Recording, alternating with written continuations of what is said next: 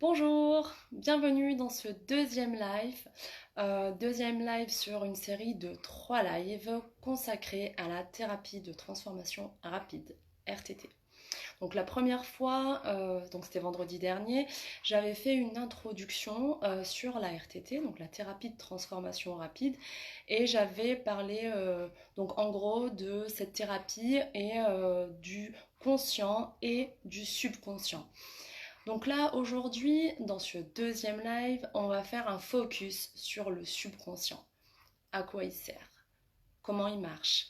Une espèce de mode d'emploi, une notice. Comment est-ce qu'il nous affecte dans la vie de tous les jours et quelles sont les clés, les trucs et astuces pour s'en servir beaucoup mieux et donc obtenir ce que l'on souhaite dans notre vie. Donc ça, c'est la thématique de ce deuxième live. Ensuite, il y en aura un troisième et dernier sur cette thématique vendredi prochain.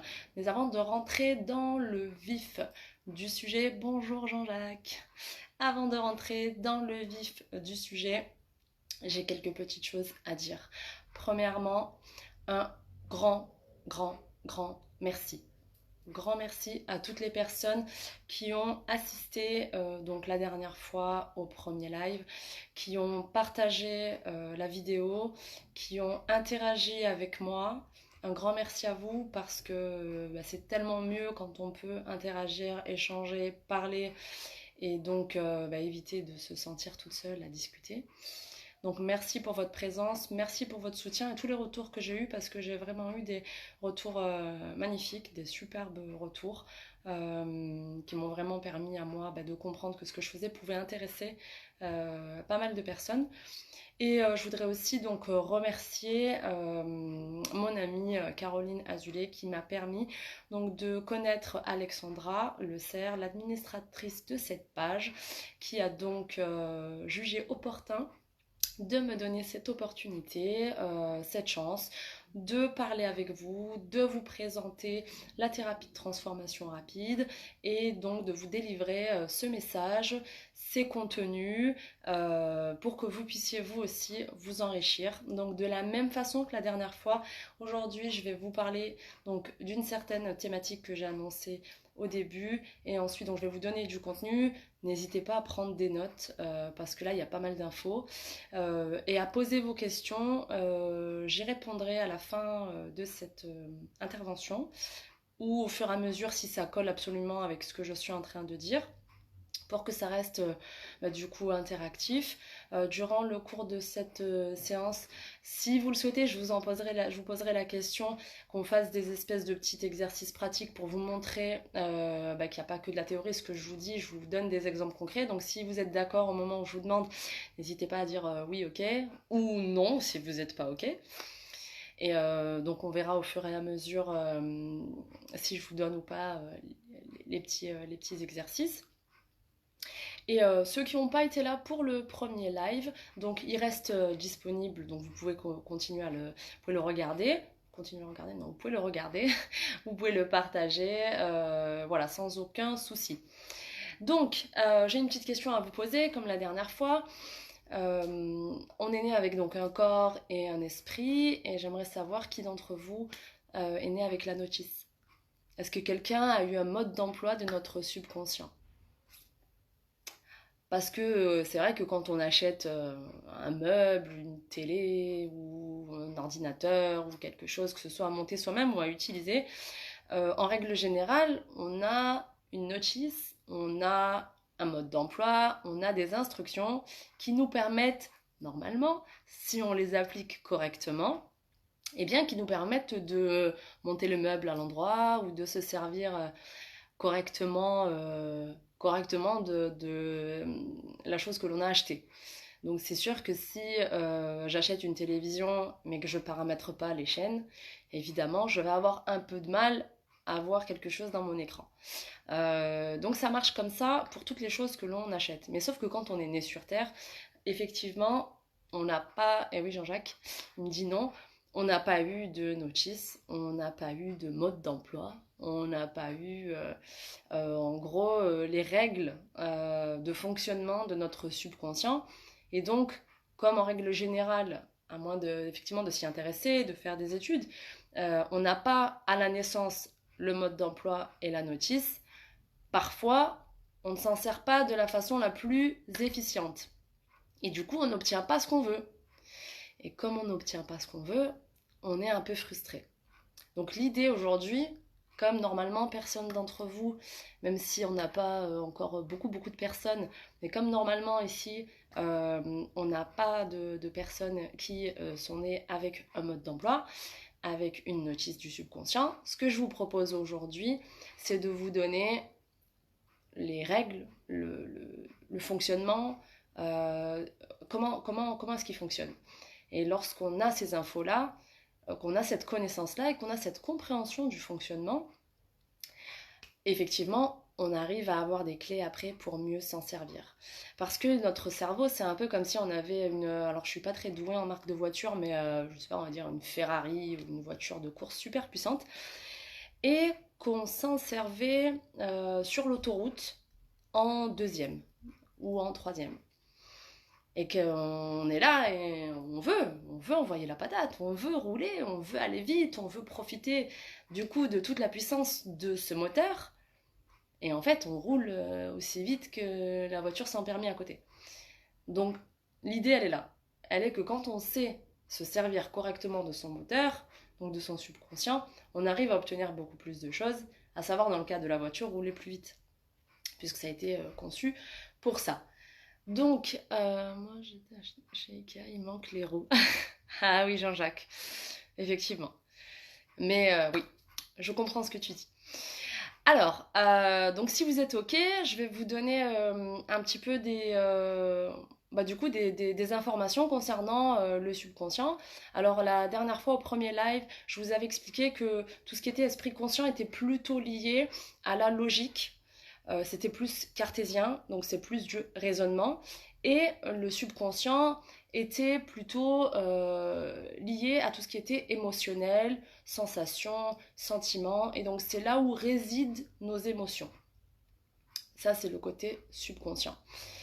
Le subconscient aussi, je vous ai dit que c'était, la dernière fois, je vous disais que c'était comme une espèce de bibliothèque avec toute notre mémoire, tous nos souvenirs. Et donc, c'est là où sont stockés, c'est une espèce de grande archive où sont stockés toute la mémoire, tous les souvenirs, mais aussi c'est là où sont créées toutes nos habitudes. Tout ça, c'est créé au niveau inconscient-subconscient. Donc, notre subconscient détient une espèce de grande médiathèque, une espèce de grande bibliothèque où tous nos souvenirs sont stockés. Et c'est pour ça que parfois, lorsqu'il y a des événements traumatiques, on dit je ne me souviens pas de ce qui s'est passé durant la scène, ou en tout cas de façon consciente, on n'a pas de souvenir. Et bien souvent, lorsqu'on est en hypnose, eh bien, ça nous permet de revoir certaines scènes que l'on pensait avoir oubliées, d'avoir certaines informations que l'on pensait ne plus se souvenir. Et en fait, on se rend compte que tout est stocké, tout est archivé. Mais l'un des rôles encore de notre subconscient, c'est en fait de réprimer, de ne pas nous donner accès à cette mémoire traumatique. Donc quand un souvenir est considéré comme étant mauvais, négatif, néfaste, et bien parfois le subconscient va décider de mettre une espèce de voile, et donc que vous ayez la sensation de ne plus vous souvenir des choses. Et ces souvenirs-là sont toujours stockés à l'intérieur, ils sont toujours là, mais vous n'y avez pas accès de façon consciente. Donc notre cerveau, donc notre subconscient fait plusieurs choses. Alors déjà, ce qu'il est important aussi de dire avant de vous dire ce qu'il fait, c'est qu'en fait, notre cerveau, et c'est le cerveau primitif, il a été créé, on l'a depuis des millions d'années, pour nous permettre de survivre sur Terre. Et sûrement pas pour nous permettre d'être heureux, joyeux. Le cerveau, le subconscient, il n'est pas créé pour ça. Ça, c'est une information importante. C'est que sur Terre, oui, nous, on a tous envie d'être heureux, à moins qu'il y ait des cas exceptionnels, mais normalement, a priori, on a tous envie d'être heureux. Mais notre subconscient, il n'a pas été créé pour ça. Il a été créé pour assurer notre survie. Ça, c'est son job numéro 1. Et donc, si nous, on veut être heureux, effectivement à nous d'expliquer à notre subconscient ce que l'on souhaite. Parce que le subconscient, il fait plusieurs choses. Et la première des choses, il fait toujours, toujours, toujours ce qu'il croit, ce qu'il pense que vous vouliez. Le subconscient, il est là pour toujours faire ce que vous avez envie. Et comme le subconscient n'est pas doté du sens de l'humour, contrairement à ce qu'on pourrait penser, eh bien si vous donnez des informations à votre subconscient du style « j'y arriverai jamais, de toute façon je suis nulle, c'est pas possible, moi là, aller courir 10 km, je peux pas ». Nous, ce qu'on se dit, c'est j'ai envie, j'ai vraiment envie, mais ça va être dur, ça va être compliqué. Mais ce qu'on prononce comme mot, et quand on dit moi courir 10 km, je peux pas. Eh bien, notre subconscient se dit ok, je vais faire ce qu'elle veut. Donc, elle ne veut pas courir 10 km, et ça peut, là je donne un exemple comme ça, mais ça peut aller ça peut être dans tous les cas, dès qu'on donne en fait une information comme ça, eh bien, le subconscient va faire le nécessaire pour que l'on ne puisse pas faire la chose, puisque pour lui, on n'a pas envie. Donc, le subconscient est là pour faire ce qu'il croit qu'on veut. Si je dis je ne peux pas courir, j'y arriverai pas, je suis incapable de courir, eh bien, je vais me rendre compte que si j'essaie d'aller courir, je suis vite fatiguée, j'ai pas de motivation et de détermination, et il est rare que j'arrive à faire mes 10 km finger in the nose, cool, tranquille. En règle générale, ça se passe pas comme ça. Alors que si j'ai toujours la même envie et l'incapacité temporaire de courir les 10 km, mais que j'utilise des autres mots et que je dis je veux courir ces 10 km et je vais procéder par étapes et m'entraîner tous les jours jusqu'à ce que j'y arrive, à ce moment-là, on change la donne. L'information que l'on donne à son subconscient, c'est je veux réussir à faire ça. Et comme je donne cette information, c'est la chimie du cerveau change. Et donc, même si au début c'est un petit peu compliqué de se mettre à courir, on y va, on fait les choses. Parce qu'on a donné une information à notre subconscient qui est j'ai envie. En fait, c'est comme si que, en gros, là j'ai une image qui me vient donc je vous la partage. Notre esprit conscient serait le capitaine d'un bateau et le subconscient serait l'équipage. Et si le capitaine ne donne pas les bonnes informations à l'équipage, évidemment que le bateau ne va pas aller dans la direction que l'on souhaite. Et on va se retrouver avec un problème entre le capitaine et l'équipage. Et c'est donc le problème que l'on peut rencontrer entre notre esprit conscient et notre esprit subconscient. C'est qu'on a envie de certaines choses, qu'on ne donne pas les bonnes directives, et qu'ensuite on se dit mais ça va pas dans la bonne direction. Et là, on a un souci. Donc, le cerveau, le subconscient, est là, la première des choses qu'il fait, c'est il exécute exactement ce qu'il pense que l'on a envie. Et donc c'est important d'utiliser des instructions qui soient, et des mots qui soient cohérents avec ce que l'on veut. Si je veux être championne du monde de n'importe quelle discipline et que je dis tous les jours que je suis pas forte dans cette discipline, que je suis pas capable, que tout le monde va me battre, il va être difficile lorsque j'arrive dans une échéance officielle, une compétition, ou même à l'entraînement, ça va être difficile d'être performant, d'être motivé et de ne pas lâcher quand ça commence à être compliqué, quand ça commence à faire 1h15 qu'on s'entraîne et qu'on a la goutte et qu'au niveau du cardio ça pousse. À ce moment-là, on n'aura pas la même capacité à s'entraîner que la personne à côté, que l'on voit comme étant infatigable, qui a 4 poumons, qui est déterminé et qui ne s'arrête pas. Simplement, c'est la façon dont on aborde les choses et les instructions que l'on donne à notre subconscient qui, lui, est là de toute façon pour exécuter ce qu'on lui dit. Donc si on lui donne les bonnes infos, la chimie interne va changer et on va se sentir différent face au challenge ou face à l'instruction qu'on a donnée. Le subconscient, il a aussi une autre chose qu'il fait, c'est que il essaye toujours de nous enlever, de nous éloigner de la douleur et de nous approcher euh, du plaisir. C'est-à-dire que si, puisqu'il est censé être là pour assurer ma survie, si je dis et que mon subconscient entend que l'entraînement me tue, que le travail c'est la mort, que je préfère mourir ou avoir une diarrhée carabinée que d'aller à cette présentation et de parler en public, et plein d'autres exemples que l'on peut trouver, eh bien, il n'est pas étonnant de se retrouver dans une situation où la veille de cette présentation, on est mal au ventre, ou qu'arrivé à la compétition ou à l'échéance, on n'est plus dû, qu'on n'ait pas l'énergie nécessaire, qu'on se lève le matin et qu'on traîne la patte et parce qu'on n'a pas envie d'aller travailler, ou alors qu'on se met à avoir des migraines à répétition, à être malade. Et donc, en fait, tout simplement, le subconscient, il est capable de créer tous les symptômes. Donc, si moi, je dis que le travail me tue, lorsque je vais travailler, je suis pas très, très contente.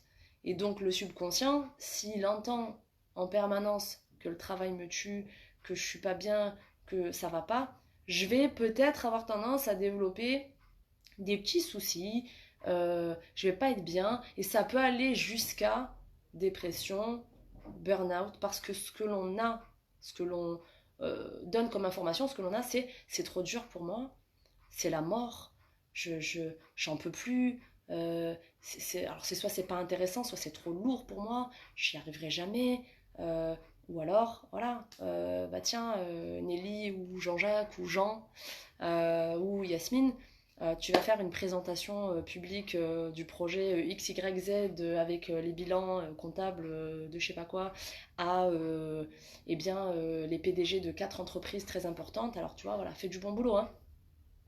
Et là, d'un coup, oh my god, va falloir que je fasse ça. J'ai deux façons de réagir. C'est là, du coup, je suis en mode douleur. Je suis en mode, ah non, je peux pas. Oh là là, ça commence, ça va pas. Je me sens pas bien. Et il se peut au moment de faire la présentation, il se peut soit qu'on soit malade avant, soit qu'on arrive en face des fameux PDG et que, et que ça sorte pas. Ça peut être possible. Donc, lorsque on a cette réaction-là, évidemment, on n'est pas paramétré de façon la plus optimale pour donner un superbe résultat et essayer d'être au maximum de soi-même pour faire quelque chose de satisfaisant. Après, il y a la deuxième façon de raisonner et on peut se dire, ok, j'ai caca culotte, mais c'est un super challenge. Et là, on essaie de lister les points positifs. Et on se dit, mais c'est une opportunité. C'est une opportunité parce que je vais pouvoir faire une présentation, montrer ce que je sais faire, montrer comment je parle, montrer qui je suis à par exemple, des PDG de 4 entreprises. Ça pourrait m'ouvrir des portes. Et au lieu de voir, oh, si je me manque, oh mon Dieu, la honte. Oh là là là là là là. Et je vais être jugée. Et je vais pas être bien. Oh là là là là, mais moi je sais pas parler en public. Eh bien, on voit, ok, bah, je vais me préparer avant. Et je vais m'entraîner. Et je vais donner mon maximum pour relever ce challenge.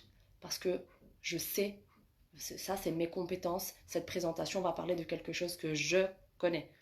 Et ce travail-là permet en tous les cas au subconscient de ne plus se dire zone de danger, on va soit fuir, soit se paralyser, soit voilà, on va pas avoir ce genre de réaction, mais on va être dans une espèce de stress positif, c'est-à-dire que le stress il va y être, dans un cas comme dans l'autre, sauf que dans un cas ça va être du stress paralysant ou du stress où on va être malade, et dans l'autre cas ça va être une espèce d'excitation, de se dire ok en fait c'est bien, c'est une super opportunité, c'est un tremplin, donne le maximum, et puis si c'est pas génial, génial, au moins tu l'auras fait, tu seras fier de toi, et la fois suivante tu feras mieux. Et donc effectivement, comme le subconscient, c'est le siège des habitudes. Lorsque l'on prend l'habitude de faire quelque chose, au départ, c'est peut-être un peu forcé, c'est travaillé, on apprend, on hésite un peu, on tâtonne, et puis au fur et à mesure, ça devient une habitude. Ça devient une habitude. Là, j'ai Lamia, coucou Lamia, qui intervient, qui me dit stress égale adrénaline. Tout à fait. Si tu le prends comme étant quelque chose de moteur et que tu sais que l'adrénaline, c'est quelque chose qui va décupler tes compétences, et tu le sais très bien, puisque Lamia est une championne de karaté, donc tu le sais très bien que quand tu vas à une compétition en te disant que ton objectif c'est ça et que tu as la pression en face de ton adversaire, et bien ce stress-là, ça va être le challenge de la battre pour accéder à la marche que tu souhaites monter, à savoir la première marche du podium. Donc tout à fait, et donc notre subconscient qui est le siège des habitudes, lorsque l'on va s'habituer et s'habituer à s'habituer, ça ne veut pas dire qu'on n'aura jamais cette sensation un petit peu de, voilà, excitation, un petit peu de stress, un petit peu... Mais on va réussir à dépasser ça parce que le cerveau va dire ok, c'est sécure, c'est bon, on a l'habitude, on sait faire, une fois que c'est lancé, j'appuie sur le bouton de la caméra, ou alors je prends mon micro pour parler, ou pour chanter, où je démarre ma présentation, où j'entame mon combat. À ce moment-là, le cerveau ne met pas de barrage, de blocage, de balbutiement, on se libère tout simplement parce qu'on sait que c'est un cadre sécurisé et donc le subconscient, feu, il nous donne l'adrénaline, il nous donne les informations, on n'a pas de, ou peu, ou moins de trous de mémoire et on est plus à l'aise dans ce qu'on est en train de faire parce que ça devient familier. Et en fait, le subconscient a horreur de ce qui n'est pas familier. Donc il va tout faire pour nous en éloigner. Exemple, on propose à quelqu'un, voilà, on a une émission et on aimerait te faire intervenir, qu'est-ce que tu en penses par rapport à tes compétences? Eh bien, le subconscient étant vraiment, il essaie de nous éloigner, il déteste ce qui n'est pas familier. Au début, il est possible que la personne me dise non, non, non, non, non, non, non, non, trouve quelqu'un d'autre parce que ce jour-là, en fait, j'avais un autre rendez-vous parce que je devais aller voir ma grand-mère qui avait décidé d'amener son chat au vétérinaire. Et en fait, on va trouver tout un tas de tactiques pour s'éloigner de ce qui n'est pas familier parce que ce qui n'est pas familier devient dangereux pour nous. Et lorsqu'il y a un danger, le subconscient fait tout pour nous en éloigner. Et donc, c'est pour ça que je vous dis, au début, on essaie de se donner des mots positifs et de dire, ok, c'est un challenge, et on fait, on fait, on fait. Et au bout d'un moment, cette habitude est rentrée dans le cerveau, et quand on nous propose, ah bah tiens, c'est intéressant ce que tu as appris, tu voudrais pas faire un live? Automatiquement, on va dire oui. Même si derrière, après, on va dire, oh là là, ok, donc je vais parler devant des gens, donc il faut que je prépare. Bon, ok, allez, c'est pas grave, c'est un bon challenge. Mais si on a déjà dans sa tête ces mots positifs, si on sait déjà, on se donne les bonnes informations, on va accepter de faire les choses et on va se préparer pour y arriver. C'est comme pour une personne qui a du mal, qui n'a pas confiance en elle. Au début, elle n'a pas confiance en elle. Et au fur et à mesure du temps, la confiance devient quelque chose d'intégré et de naturel. Parce qu'on se rend compte aussi qu'il n'y a pas la mort, quoi. On meurt pas. Oui, tout à fait, une stratégie d'évitement, la mienne, c'est ça. Donc, y a pas, on est capable de dédramatiser, il n'y a pas la mort au bout de la chanson, ou au bout de l'intervention, ou au bout de ce qu'on a, de la présentation que l'on a à faire. Donc, il est important de se donner des mots positifs et de rendre ce qui n'est pas familier, familier. Donc, ce qui est inconnu et ce qui nous fait peur, en fait, il faut le rendre normal. J'aime pas le mot normal, mais il faut le normaliser. C'est-à-dire qu'il faut que ça rentre dans une habitude et dans des choses que l'on fait suffisamment pour qu'on soit rassuré nous-mêmes et qu'on soit en capacité de reproduire la chose en ayant moins de souffrance au départ quand on doit se lancer. Et donc ça s'acquiert, ce sont des habitudes qui s'acquièrent et qui sont stockées dans notre subconscient. Donc le subconscient va stocker nos habitudes, il va créer, enfin c'est le siège de nos émotions. Et donc quand on va avoir l'habitude de faire quelque chose, l'émotion qui est associée ne va plus être une émotion paralysante, ne va plus être une peur absolument insurmontable.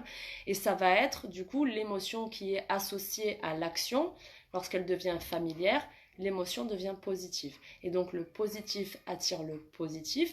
Le subconscient a aussi pour une des fonctions de toujours nous tirer vers le plus. Plus, plus. Alors si je fais une compétition, voilà, je me suis débrouillée, je vois ce qui va, je vois ce qui va pas. Si je fais une scène, une chanson, deux chansons, si je fais un live, si je fais une présentation, j'ai des retours, ok, je suis vivante, tout va bien. Eh bien, le subconscient va dire, ah ben c'est bien, il faut que tu en fasses un autre, puisque là c'était plutôt bien. Et donc au deuxième, en règle générale, on s'en sort plutôt pas mal aussi, et on essaie d'arranger ce qu'on a à arranger, et on en fait un troisième, et en fait, le subconscient va nous donner plus d'objectifs. Donc si je fais un championnat de Provence, eh ben, j'ai envie d'aller faire un championnat de France. Et si je fais un championnat de France, eh bien j'ai envie d'aller faire un championnat d'Europe. Et si je fais un championnat d'Europe, eh bien j'ai envie d'aller faire un championnat du monde. Et ainsi de suite, parce que le subconscient, il est là pour nous tirer comme ça de plus en plus en plus en plus. Et c'est très important du coup de positiver, parce que si on est dans une spirale négative, on va avoir la même chose mais dans l'autre sens.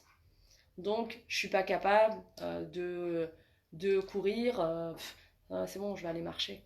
Et puis on est tellement pas bien de pas être capable de courir que même marcher on n'y va pas. Et en fait on fait la même chose mais on dégringole. C'est-à-dire que plus, ça va nous optimiser, ça va nous permettre de réussir mieux, de réussir plus de choses, de se sentir mieux. Mais lorsqu'on fait quelque chose ou qu'on n'arrive pas à faire les choses et qu'on commence à rentrer dans une espèce de spirale négative, à ce moment-là, eh bien, on va dégringoler et de plus en plus, et de plus en plus, et de plus en plus, et aller dans quelque chose qui ne va pas nous servir. Et nous, on va pas savoir pourquoi. On va se dire, mais putain, au début, je courais une fois par semaine, voilà, ça fait 2 mois, j'ai même pas mis les pieds à la salle, je me traîne, et donc on continue à se donner ces mots qui sont négatifs, sans se rendre compte que le subconscient, ah ben, il fait ce qu'on lui demande. Donc, j'arrive pas à y aller. Bah, évidemment, lorsque tu dois y aller, je vais tout faire pour que tu n'aies pas envie.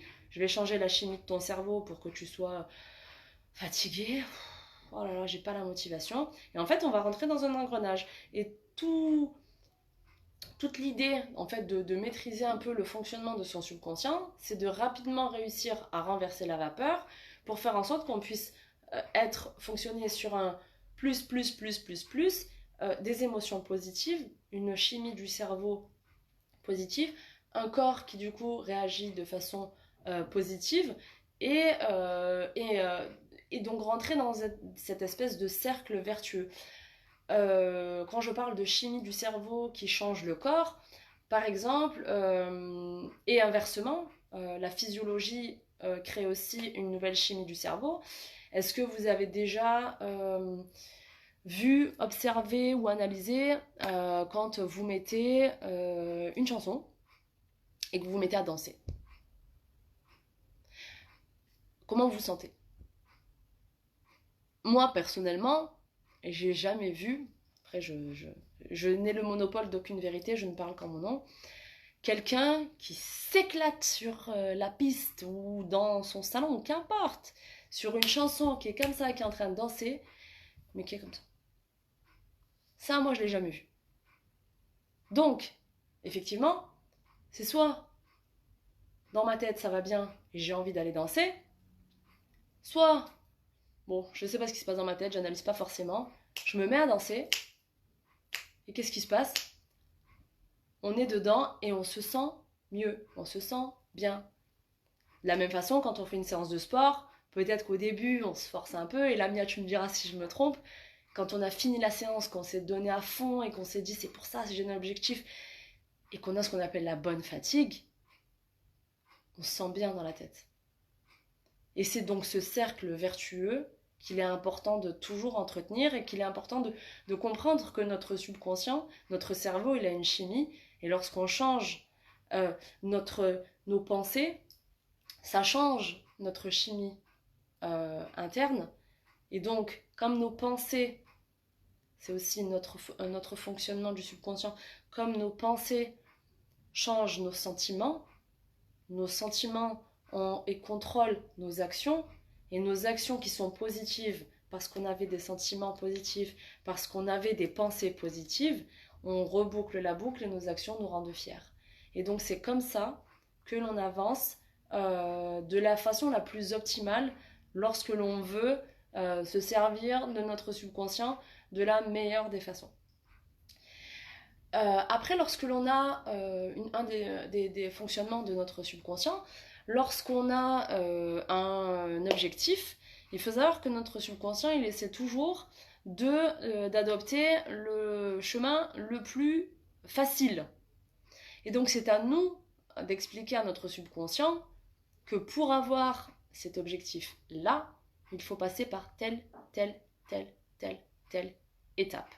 Et même si c'est pas forcément le chemin le plus facile, à nous de driver, de guider, tel un capitaine guiderait son équipage, de guider notre subconscient pour le mener vers la route. Certes, lui, il veut la route la plus facile, nous, on veut la route efficace, et donc en donnant des instructions claires et en étant absolument sûr de ce qu'on veut et en donnant les bonnes informations, eh bien, on arrive à faire en sorte que notre subconscient écoute et fait ce qu'on lui demande de faire. Par exemple, alors j'ai vu qu'il y avait des questions, je termine un peu parce que j'ai beaucoup de trucs, et ensuite évidemment je répondrai à toutes les questions. Donc par exemple, on se dit ok, j'ai envie d'être plus en forme, je veux plus être fatiguée, puis j'ai envie de me sentir mieux dans mon corps et je sais pas, j'ai peut-être quelques grammes à perdre ou un peu à remodeler.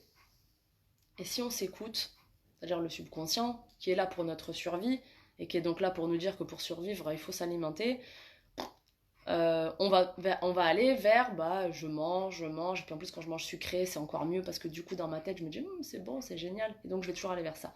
Donc si on raisonne comme ça, effectivement, on va avoir du mal, et c'est pour ça que souvent, quand les personnes, elles entament un régime, elles finissent pas, ou alors, je sais pas, elles sont en train de manger certaines choses, et puis à côté, ça mange un gâteau. Bon, le régime demain, passe-moi un bout du gâteau. Et ça arrive souvent. Sauf que si on donne une instruction absolument claire et des mots absolument positifs, parce qu'en fait, notre cerveau, il va venir en résistance avec tout ce que l'on va détester et pas aimer. Moi, j'aime pas le chou ou le brocoli ou les carottes. Mon cerveau, mon subconscient, il va vouloir m'en éloigner, puisqu'il est là pour m'enlever tout ce que j'aime pas et toute la souffrance et me faire... Et donc, si je suis là en train de dire, faut que je fasse un régime, mais je déteste les légumes verts. Oh là là, de la viande blanche. C'est tellement meilleur, les glaces et le kebab. Ah, pour sûr, on va avoir beaucoup de mal à poursuivre si on a dès le départ cette façon de penser, de parler, de se donner ces mots-là. Par contre, si on dit, non mais je veux me remodeler, je veux être en forme, c'est important pour moi parce que si je suis en forme physique, j'arriverai mieux à faire mes entraînements, j'arriverai au boulot, je serai quand même plus performante, j'aurai pas envie de dormir après le repas du midi alors que je suis censée avoir une réunion, j'ai pas forcément envie de ronfler pendant la réunion, et puis c'est mieux pour moi parce que du coup je sais pas, je prends un peu de l'âge et j'ai pas envie moi d'avoir de la cellulite ou qu'importe, et que je dis non mais j'en suis capable parce que de toute façon je l'ai décidé, et je l'ai décidé parce que ça, c'est ce chemin-là, il va me permettre de me sentir mieux. Et moi, j'ai envie d'aller bien. Et donc là, je donne à mon cerveau une instruction, quelque chose qui au départ n'est pas familier. Et on a vu tout à l'heure que ce qui n'est pas familier, il nous en éloigne. Mais à force de lui répéter, puisque le subconscient est le siège des habitudes, à force de répéter et de répéter, je veux, c'est sûr qu'au début, c'est pas une partie de plaisir. Et je vous en parle parce que j'étais dans ce processus il y a pas très longtemps, changer mon alimentation pour arrêter d'avoir des coups de barre. Et c'est sûr qu'au début, quand on est en famille et qu'on est en train de manger son escalope avec ses haricots et qu'à côté il y a la pizza, il y a les machins qui sentent, on a le nez qui pique tellement ça sent bon, pour au début dire non, j'ai mitonné. Je leur ai dit ah non mais moi ça m'intéresse pas. Moi, je veux pas. Moi, ce que je veux, c'est manger mon escalope. C'est pas vrai, hein. Pour information, pour ma famille qui me regarde, c'était pas vrai au début. J'ai dit, j'ai décidé, et puis je connais un tout petit peu les règles, donc je les ai appliquées sur moi-même. J'ai décidé que de toute façon, je voulais manger de cette façon parce que mon objectif final est d'être comme ça, comme ça, comme ça. Donc au début, c'est un petit acte de résistance, et un deuxième, et un troisième, et un quatrième. Et ensuite, qu'est-ce qui se passe? Le cerveau, le subconscient intègre ça comme une habitude alimentaire, comme quelque chose de familier, et donc il va plus chercher à s'en éloigner. Et en plus, j'ai l'audace de dire, mais moi je préfère les haricots, franchement c'est vachement mieux au niveau du goût. Là, tout votre gras là, après ça m'écœure. C'est du mytho au départ, hein, attention, hein, c'est du mytho. Mais je me donne des mots positifs, je donne des instructions à mon cerveau, et il s'avère qu'au bout d'un moment, sans même s'en rendre compte, et ben maintenant, si on me présente quelque chose, j'en sais rien, un truc gras, crêpe Nutella, qui était mon grand truc. La crêpe Nutella, la chantilly, ou les churros, ou les je ne sais quoi d'autre. Je, Au début quand ça commençait à aller mieux, je mettais dans la bouche, le goût ne me plaisait plus. Maintenant, c'est que je ne veux même pas regarder, ça ne m'intéresse même plus. Parce que j'en ai trouvé un tel bénéfice. Je suis en forme, je suis physiquement comme j'ai envie d'être. Et je me dis, c'est ce que je me suis donné au début. Mais maintenant, j'ai pas envie de gâcher ça parce que je vais aller manger des pizzas et des kebabs et des glaces et tout ça. Parce que du coup, je n'y vois plus cette notion de plaisir. Moi, la notion de plaisir, c'est qu'à chaque fois que je mange, je sais que derrière, je suis en forme, je me sens bien. Et du coup, je suis dans une espèce de cercle vertueux. Alors, si je vous avais dit ça, si vous m'aviez dit ça, si quelqu'un me disait ça l'année dernière, ou il y a 2 ans en arrière, j'aurais bien rigolé. Parce que j'aurais dit, mais de quoi, qu'est-ce que tu racontes? Les crêpes au Nutella, t'en veux pas, t'aimes pas? Qu'est-ce que tu racontes? Pourquoi tu mens? Et en fait, il s'avère que lorsqu'on suit ce processus, et vraiment que l'on donne les bonnes informations, que ce soit stocké en interne comme étant quelque chose de familier, donc sécurisant, quelque chose que l'on souhaite, donc le chemin qu'on veut, et qu'en plus on se dit qu'on en est tout à fait capable et qu'on est ravi du chemin que l'on est en train de prendre pour se sentir mieux, bah ça le fait. C'est-à-dire que le subconscient, il dit d'accord. Donc c'est vraiment ce que tu veux. Donc ça, c'est tes habitudes. Donc ça, c'est familier pour toi. Ça, c'est ton objectif. Bingo, je le stocke dans la mémoire. Je remplace les anciennes habitudes par les nouvelles. Parce que pour avoir une habitude, il faut répéter, répéter, répéter. Et c'est pour ça qu'on dit toujours le cerveau apprend par répétition. Et c'est pour ça que lors d'une séance RTT, on a un audio qu'on écoute minimum 21 jours. Donc en fait, c'est pour ancrer les nouvelles informations, les nouvelles croyances, et qui plus est lorsque vous l'appliquez au quotidien ou que vous vous rendez compte des bénéfices, c'est enregistré.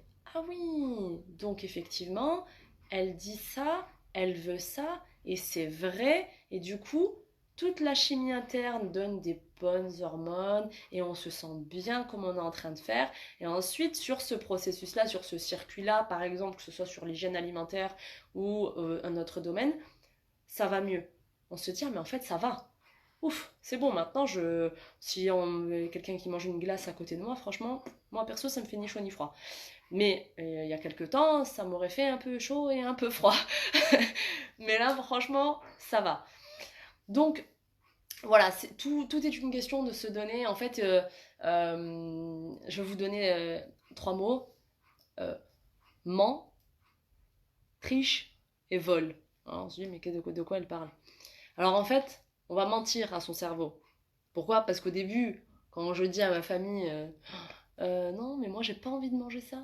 Alors qu'en fait, dedans, je suis au taquet, j'en peux plus, j'ai la langue qui pendouille là, j'ai la goutte au front parce que je suis très attirée par la nourriture, mais je leur dis non, je mens à mon cerveau.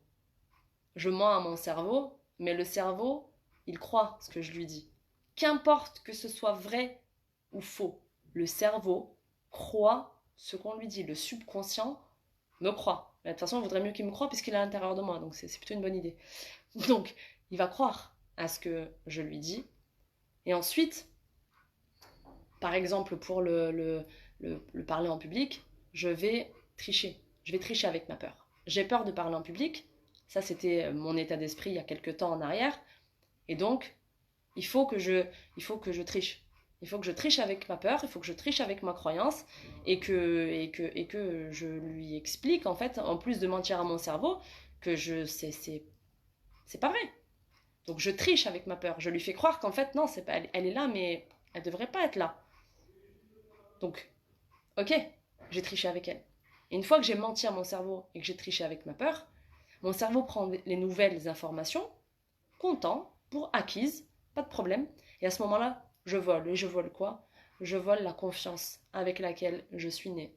Parce que lorsqu'on a peur de quelque chose, par exemple dans le cas d'une crainte de parler en public ou quoi que ce soit, en fait, on perd un peu confiance en nous, on a peur du jugement. Sauf que aucun bébé au monde n'est né sans confiance. Il n'y a aucun bébé. Tous les bébés, quand ils sont nés, ils pleurent quand ils doivent pleurer, ils font caca quand ils doivent faire caca, ils font pipi quand ils doivent faire pipi, et ils vomissent, et ils gazouillent, et ils s'en foutent de qui il y a autour, de où je suis pas sûre de mon coup là, si là maintenant je vomis tout de suite, je suis pas sûre de moi. Non, un enfant, il a mal, ou il veut quelque chose, il pleure. Il n'est pas content, il le montre. Jusqu'à ce qu'on lui apprenne en fait qu'il faut pas faire ça, que c'est pas bien, et qu'il commence à douter de lui. Donc, et on grandit avec nos doutes. Donc effectivement, je sais pas, par exemple, parler en public, les petits ils crient en public. Eh bien, on va souvent entendre, c'est la honte, ne crie pas, il y a des gens. Eh bien, quand on grandit, on est en face des gens. Et bien, du coup, quand il faut parler ou prendre un micro et devant des gens, on n'a pas confiance en nous. Donc voilà, tout ça pour dire que si on ment à son cerveau qui va nous croire, et on triche avec nos peurs, et on récupère la confiance, on reprend la confiance avec laquelle on est né, et bien effectivement, en tout cas dans l'hypnose, lorsqu'on arrive à faire ça, on arrive à régler les problématiques que l'on peut rencontrer. Ensuite, il y a une autre règle du subconscient, et je vais vous proposer de faire un tout petit exercice. C'est qu'il ne comprend pas la négation. Donc le cerveau, il ne comprend pas la négation. Est-ce que vous êtes ok? Je vous dis juste une suggestion. Alors moi, c'est génial parce que je vois ma tête en fait, donc j'adore. J'aurais aimé vous voir, voir vos réactions après, mais bon, pour l'instant, je ne verrai que ma tête et je vous lirai. Alors, oui. Donc, je vais vous donner la petite suggestion. Vous me direz après ce que vous en avez pensé. Alors, tout simplement, maintenant, vous fermez vos yeux et je vous demande de ne pas penser à un éléphant rose. Vous ne pensez pas à un éléphant rose. Vous ne pensez surtout pas à un éléphant rose. Ok, l'expérience est terminée. Alors, je ne vais pas forcément attendre que tout le monde m'écrive, du coup je vais vous dire ce qu'il est censé se passer. Pour ne pas penser à l'éléphant rose, normalement, vous l'avez automatiquement imaginé dans votre tête, l'éléphant rose, pour ensuite soit l'enlever, soit changer sa couleur, soit quelque chose. A priori, si je vous dis maintenant la même chose, ne pensez pas à un arbre rouge, ne pensez pas à un arbre rouge, vous avez immédiatement une image d'arbre rouge dans la tête. Et oui, Jean-Jacques, qui a pensé. Vous avez l'image de l'éléphant rose et de l'arbre rouge, et ensuite, on blacklist, on enlève, on blackout, on enlève. Elle nous a dit de ne pas penser. Sauf que le subconscient, il ne comprend pas la négation. Donc quand je dis ne pense pas à un arbre rouge et ne pense pas à un éléphant rose, par exemple, eh bien le cerveau entend pense et il entend éléphant rose. Donc il met éléphant rose. Ensuite, vous comprenez que j'ai dit non, qu'il fallait pas le faire. Et donc le subconscient vous l'a mis et vous, hop, vous retirez ensuite. J'ai pensé qu'à cet élément. Oui. Donc du coup, ça vous le met et ensuite vous dites non, non, mais il faut pas que j'y pense. Sauf que au tout début, vous y avez pensé.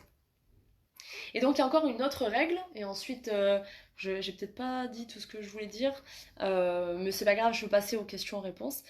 Ah, j'adore, je viens d'oublier. Ah mince. Ah, c'est bon, c'est revenu. Excusez-moi. Donc une autre chose que je voulais vous dire, en fait, le subconscient et le conscient, en fait, c'est mieux. Le cerveau, il est mieux intégré, il fonctionne mieux lorsqu'il n'y a pas de conflit. Imaginons une croyance qui soit en conflit avec autre chose. Par exemple, je voudrais bien préparer un repas, mais je suis nulle en cuisine. Je voudrais bien courir le marathon, mais alors je sais pas courir du tout, je suis bidon.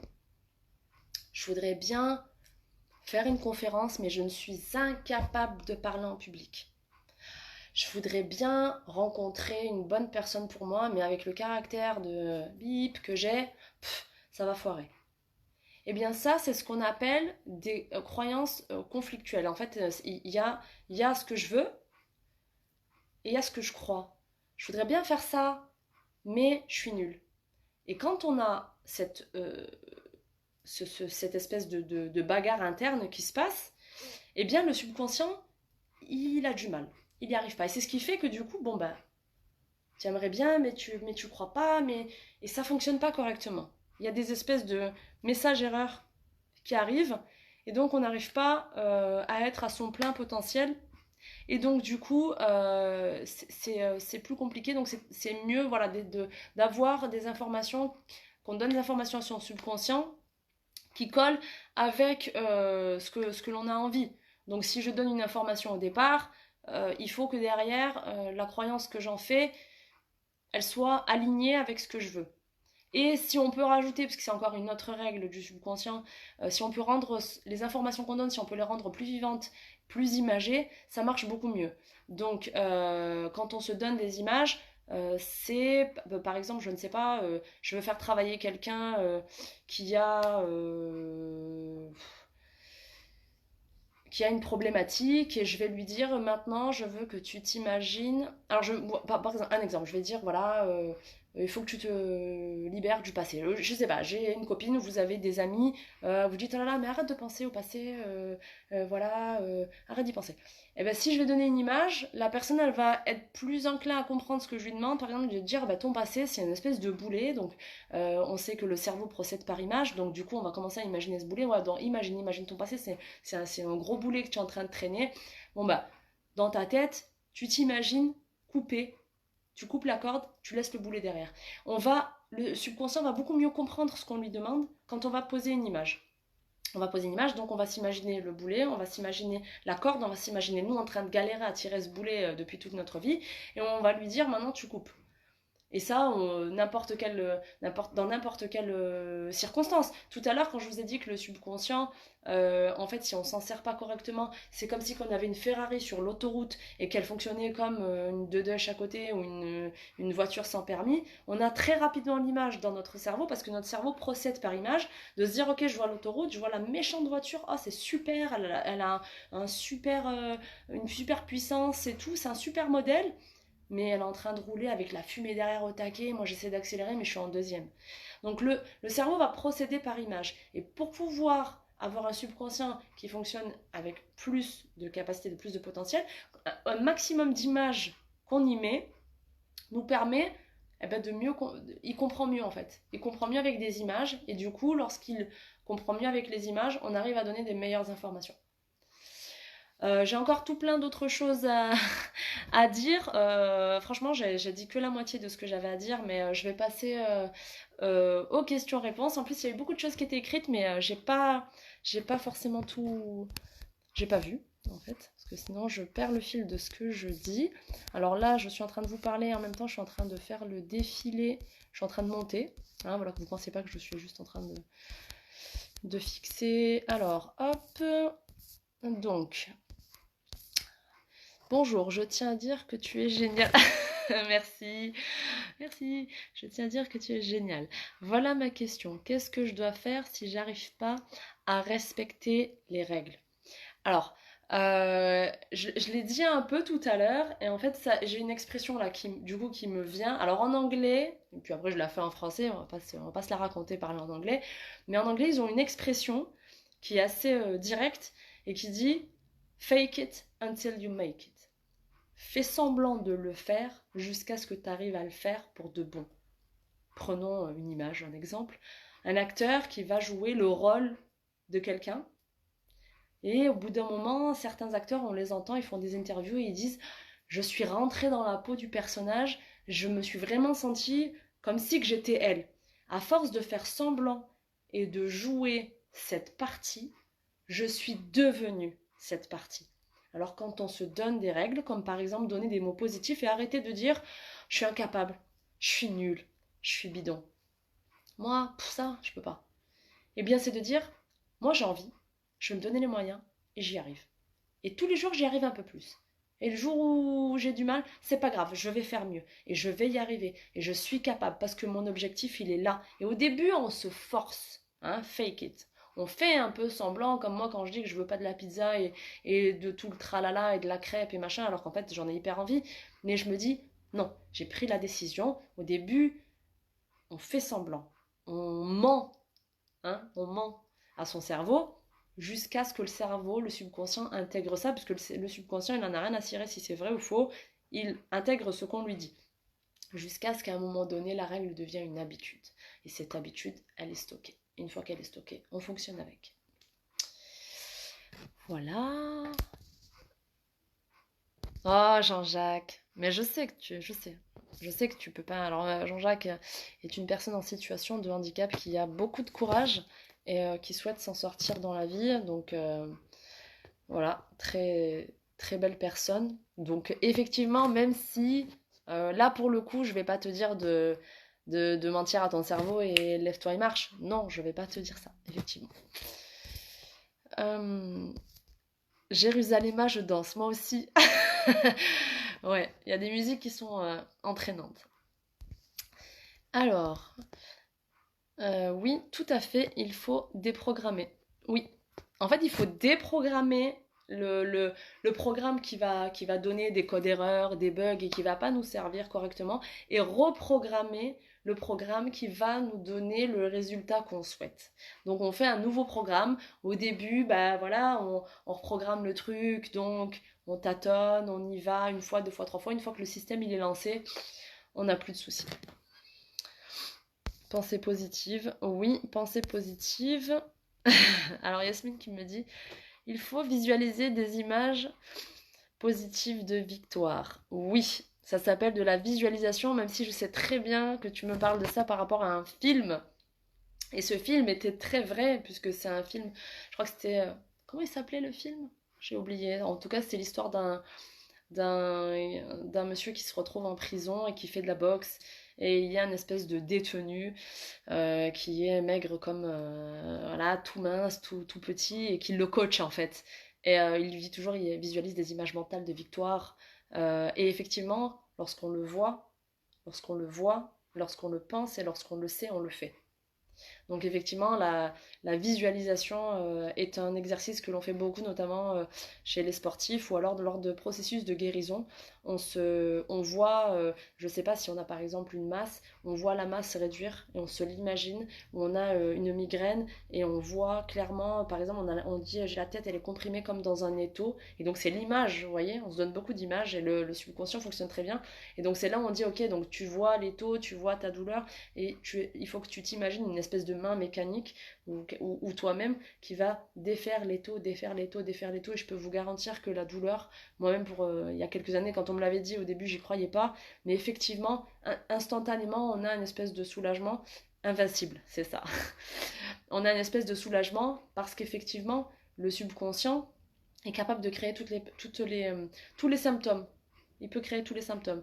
Donc, on a mal à la tête, si on lui dit que ça va mieux et qu'on écarte, il peut imaginer que ça s'écarte et on a un soulagement qui se fait. On est loin de comprendre et d'imaginer la puissance de notre subconscient. On est très loin d'imaginer la puissance de notre subconscient.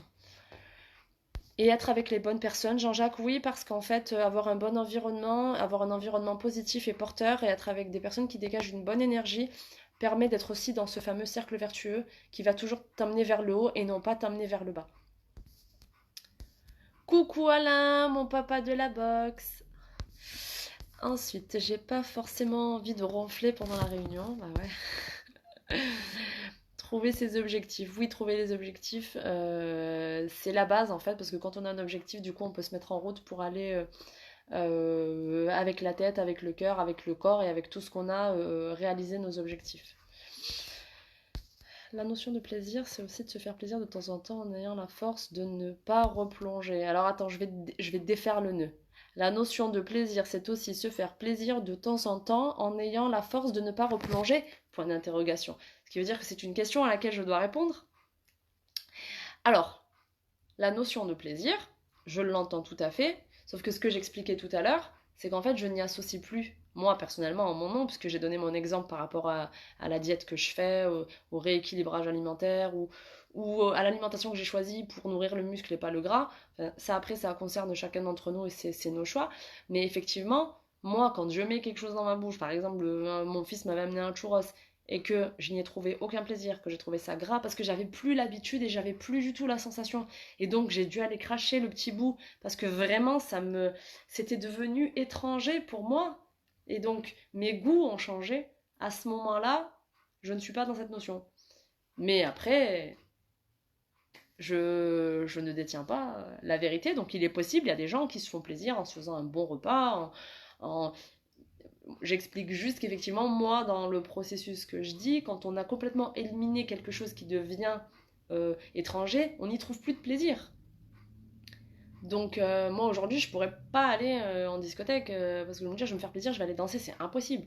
Je vais être fatiguée, il va y avoir trop de bruit, il va y avoir la fumée, je pourrais pas, tout simplement parce que c'est devenu étranger et je n'y trouve plus de plaisir. Je sais pas si j'ai été claire ou si je baragouine quelque chose que vous ne comprenez pas. Oui, ma soeur me dit plus de sable au citron, t'as vu, c'est fini.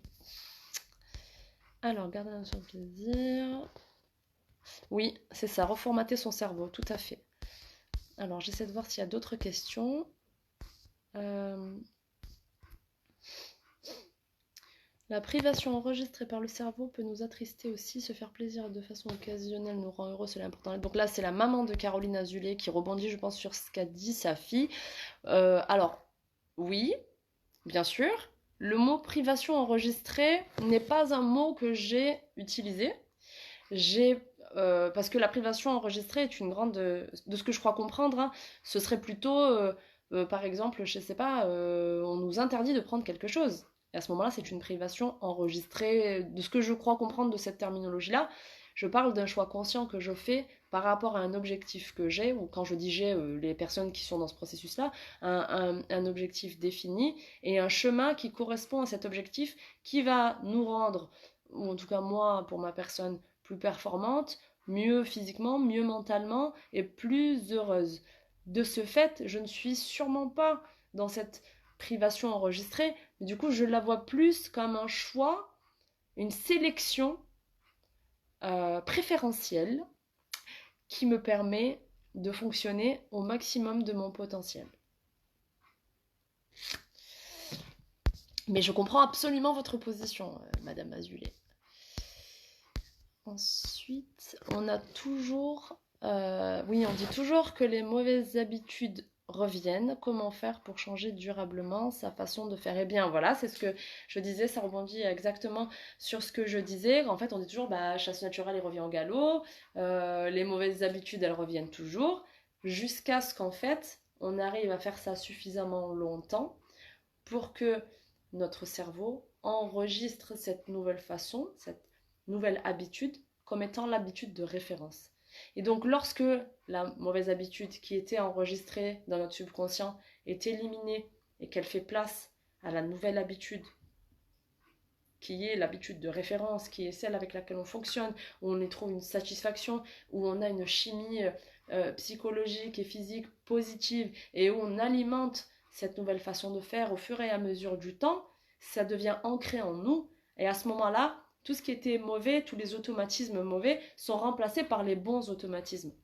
Et au plus on est content de ces bons automatismes, au plus ces bons automatismes sont enregistrés et ils sont automatisés, comme son nom l'indique, et du coup on finit en fait par avoir cette bonne habitude. Donc c'est vrai qu'au début c'est un peu forcé, parce que on avait l'habitude de faire autrement, c'était pas bon, on s'en rend compte, on décide de faire quelque chose, on sait qu'il y a une transition, on sait qu'il va falloir travailler dessus tous les jours, tous les jours, tous les jours, tous les jours, tous les jours, jusqu'à ce qu'un jour on ne travaille plus dessus, on se rende compte que waouh, le chemin parcouru, c'est super. Maintenant, j'ai une habitude qui me correspond et qui me permet de mieux fonctionner. Donc, on ne va pas avoir envie de retourner vers l'ancienne. est-ce qu'il y a un âge limite pour appliquer les clés? Non, il n'y a pas d'âge limite, c'est une question de choix conscient. En fait, ça se passe au niveau rationnel, au niveau du conscient, et ensuite il y a ce travail à faire, cette espèce de communication que l'on a, et ce partenariat que l'on a avec son cerveau. Et en fait, il faut mieux communiquer avec son cerveau et lui donner des objectifs clairs, des directives claires et un chemin du coup qui se crée, qui n'est pas la facilité, c'est vrai au début, mais qui est ce qui va nous permettre de réussir. Et donc, à n'importe quel âge, le monsieur, j'ai oublié son nom, qui a créé la chaîne KFC. Est-ce que vous savez à quel âge il a créé KFC? Enfin, à quel âge il a proposé ses poulets et que ça a fait un carton? Il a sûrement pas proposé à 20 ans. Il l'a proposé, je sais plus exactement l'âge, mais je crois que c'était quelque chose comme 70 ans. Et donc, lui, ses habitudes, c'était pas forcément ça. Il faisait autre chose de sa vie. Et simplement, il s'est pas dit c'est trop tard. Il s'est dit, ah bah tiens, je sais cuisiner un truc. Et à un moment donné, il s'est dit, mais mon objectif, c'est ça. Et donc, qu'importe l'âge, il y a des gens qui ont fait des carrières à 80 ans. Il y a des gens qui ont changé radicalement leur régime alimentaire, leur façon de voir les choses, leur contexte de vie, leurs orientations professionnelles. Et ça peut aller à n'importe quel âge. Donc, il y a pas de limite d'âge. Parce que le cerveau, tant qu'il est là et tant qu'il fonctionne, on a tout à fait le pouvoir de l'utiliser à son plein potentiel. Alex, bravo, pardon, j'étais en consultation, mais tu es toute pardonnée, voyons. Tu fais du bien à quelqu'un grâce à une consultation, donc il n'y a absolument aucun souci. Voilà, alors je vais pas reprendre du coup les choses que j'ai pas abordées. On pourra peut-être terminer la prochaine fois avant d'entamer sur la troisième séance qui est en fait un déroulé de la séance RTT. C'est-à-dire que là, donc j'en ai parlé un peu au premier live de qu'est-ce que c'est que la thérapie, qu'est-ce que c'est l'hypnose et comment est-ce qu'on s'en sert pour arriver à résoudre des problématiques. Là, on fait un peu un focus sur le subconscient, comment est-ce qu'il fonctionne. Je vous ai donné, alors je vous ai pas fait quelque chose d'exhaustif, hein, il y a encore plein d'autres informations, mais en tous les cas, dans le temps imparti, dans mon temps de parole, je vous ai donné des informations et donc du coup des petites clés de comment est-ce qu'on parle, de comment est-ce qu'on triche avec son cerveau, euh, des mots qu'on doit utiliser ou éviter d'utiliser. Qui nous permettent du coup d'être en accord entre notre logique, qu'est-ce qu'on veut, et notre subconscient, et je suis là pour quoi, je suis là pour t'écouter, et donc du coup si on fait un partenariat entre nous, voilà.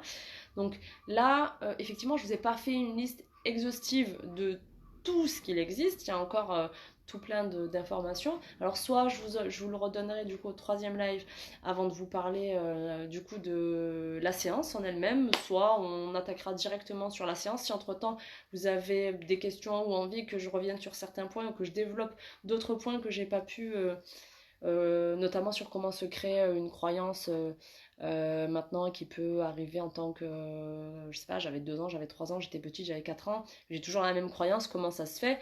Ça c'est une des règles du subconscient. Donc il peut y avoir des questions complémentaires qui me permettent du coup de compléter mon propos la semaine prochaine.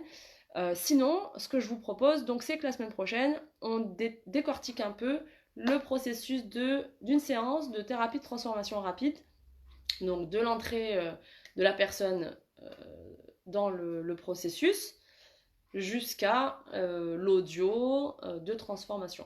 Donc la séance dure entre 2 heures, ouais, 2 heures, 2h30 si on pousse, mais à peu près 2 heures. Et donc ce serait de vous donner les différentes étapes. Comme ça, je fais la boucle est bouclée, hein. Je vous ai parlé au début de RTT, et puis je termine par vous détailler ce qu'est exactement la RTT, comment elle se déroule, quelles sont les étapes, voilà, comment ça se passe pour atteindre le but escompté dès le départ. Voilà, donc s'il n'y a plus de questions, de feedback, de retour, je vais rendre l'antenne en vous remerciant de votre présence, en vous remerciant de vos questions, de vos interactions. Et je vous dis à la semaine prochaine pour le détail d'une séance de RTT. Au revoir!